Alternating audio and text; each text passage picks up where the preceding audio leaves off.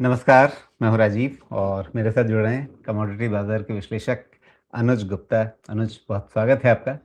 क्या गज़ब दिन है आज का। आज एक तरफ सोने में मतलब बेतहाशा चमक है, नया रिकॉर्ड बन ही गया 1.5 लाख रुपए के ऊपर के भाव का सेंसेक्स में। और चाँदी एक दिन पहले 3 लाख पहुँची थी। 3 लाख के भाव को, उस खबर को लोग अभी थोड़ा समझ ही रहे थे कि सवा 3 लाख के ऊपर अब आज चाँदी पहुँच गई। ये जी। एक-एक दिन में 10-10 हज़ार, 15-15 हज़ार रुपए कीमत भाग रही है। ये चल क्या रहा है चाँदी में?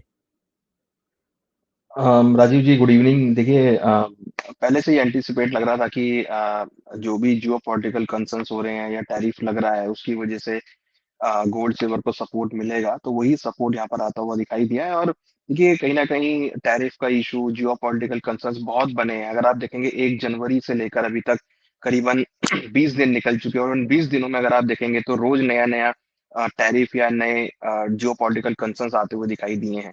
जिसकी वजह से हमने जो सेफ हेवन डिमांड है, वो सिल्वर में आती हुई देखी है, गोल्ड में आती हुई देखी है। तो अभी अगर आप ये जो देखेंगे तो टैरिफ की आप बात कर रहे हैं, जो यूरोप पे टैरिफ लगाया है अमेरिका ने, ट्रम्प साहब ने, उनकी बात उसकी बात कर रहे हैं आप? देखिए, यूरोप का तो अभी लगा है, बट उससे पहले अगर आप देखेंगे तो चाइना पे था, इंडिया के ऊपर 500%, चाइना के ऊपर 500%, और प्लस अगर आप देखेंगे तो कहीं न वेनेजुएला के ऊपर जो अटैक हुआ, वेनेजुएला में जो हमने इंसिडेंट देखा, प्लस अब जो ये यूरोपियन कंट्रीज़ के ऊपर 10% टैरिफ और उसमें भी 25% और लगाने की जो बात करी है, तो ये बहुत बड़े इंसिडेंट हुए हैं। मीन्स अगर आप देखेंगे तो अब यूरोप, रशिया, चाइना, इंडिया, सभी देश जो हैं वो टैरिफ की और जियोपॉलिटिकल कंसर्न्स में आते हुए दिख रहे हैं।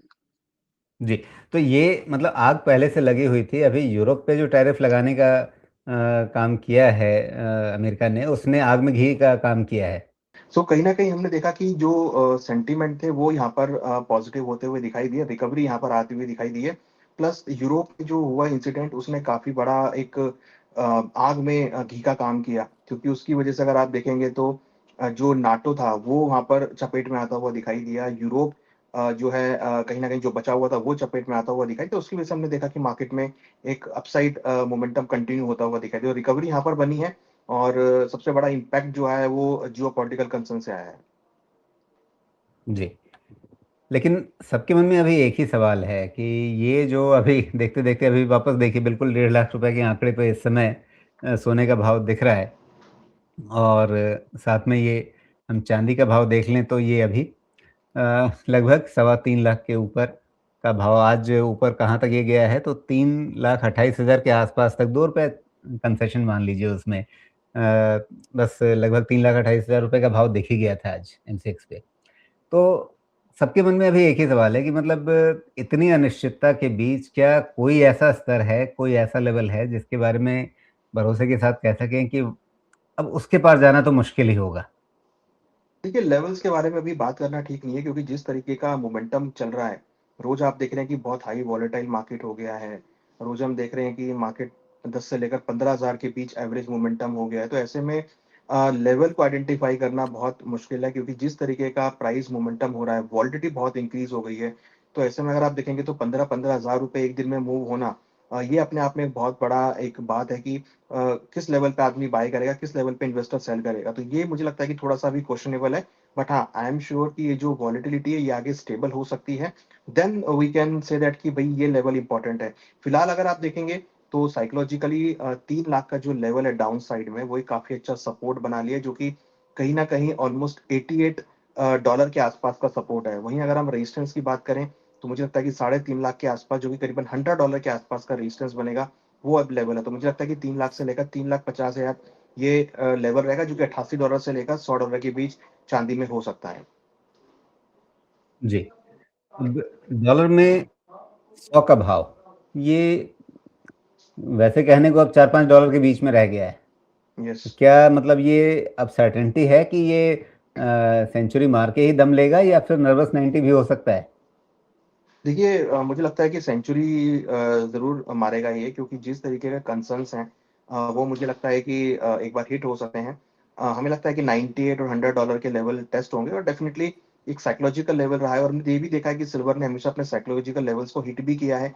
तो मुझे पूरा-पूरा लग रहा है कि $100 के लेवल ये सिल्वर टेस्ट कर सकता है, और ये भी लग रहा है कि $100 में टेस्ट होने के बाद फिर एक बार प्रॉफिट बुकिंग जो है सिल्वर में देखने को मिलेगी। बट लॉन्ग टर्म ट्रेंड हम अभी भी पॉजिटिव हैं, और हमें लगता है कि सिल्वर में आगे भी जो ट्रेंड है वो कंटिन्यू होता हुआ दिखाई देगा। जी। अच्छा, जब गोल्ड सिल्वर की बात होती है तो हम अक्सर इसमें गोल्ड सिल्वर रेशियो की बात करते हैं। आज की तारीख में गोल्ड सिल्वर रेशियो कितना बैठ रहा है, और उसके हिसाब से जो हिस्टोरिकल एवरेजेज रहे हैं उनको देखते हुए चांदी में कितनी गुंजाइश बची हुई है? क्या इसको अगर पूरी तरह से जियोपॉलिटिकल है तो सोने में जैसी चाल है वो आपको दिख रही है, लेकिन चांदी की चाल उससे ज़्यादा है। तो इसलिए समझना चाह रहा हूँ कि चांदी की जो ये अतिरिक्त चाल है, उसके पीछे जितनी कहानियाँ हैं कि आपके पास इंडस्ट्रियल डिमांड है वगैरह-वगैरह, जियोपॉलिटिकल सोने में दिखता है।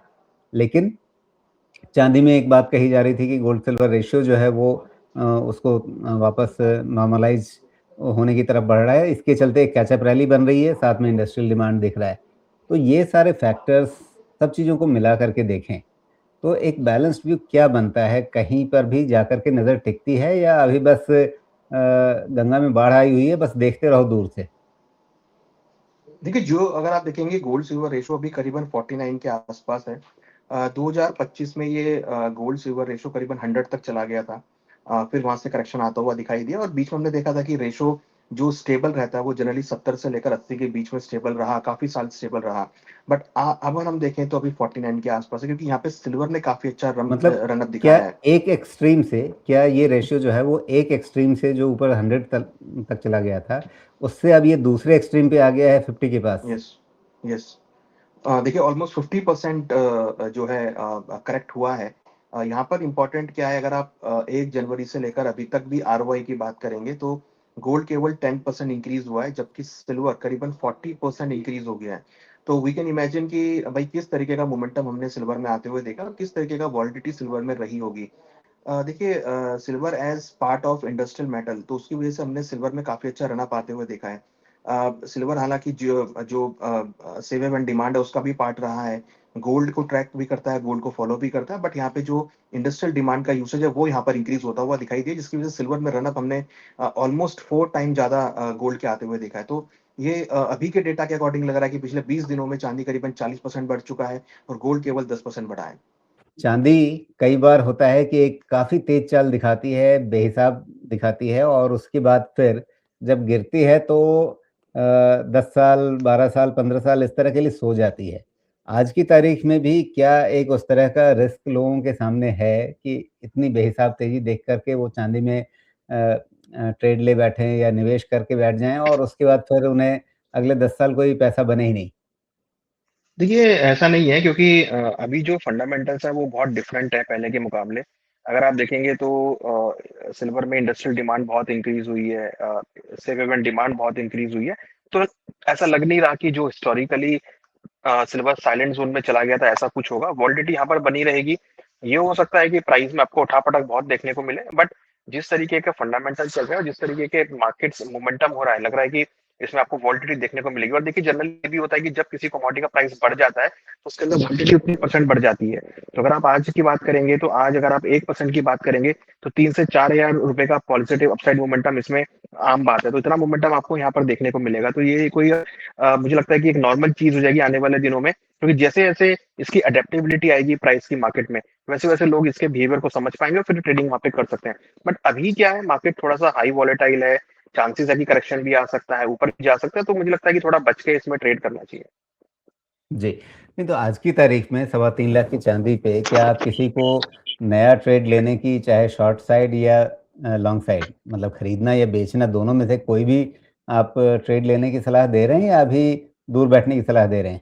अभी तो फिलहाल दूर बैठने की सलाह है। मुझे लगता है कि जिन्होंने खरीदारी कर रखी है, क्योंकि यहाँ पर मुझे लगता है कि लोगों के पास बाइंग साइड में पोज़ीशंस होंगी, तो उसमें आप ट्रेलिंग लगाकर होल्ड करें।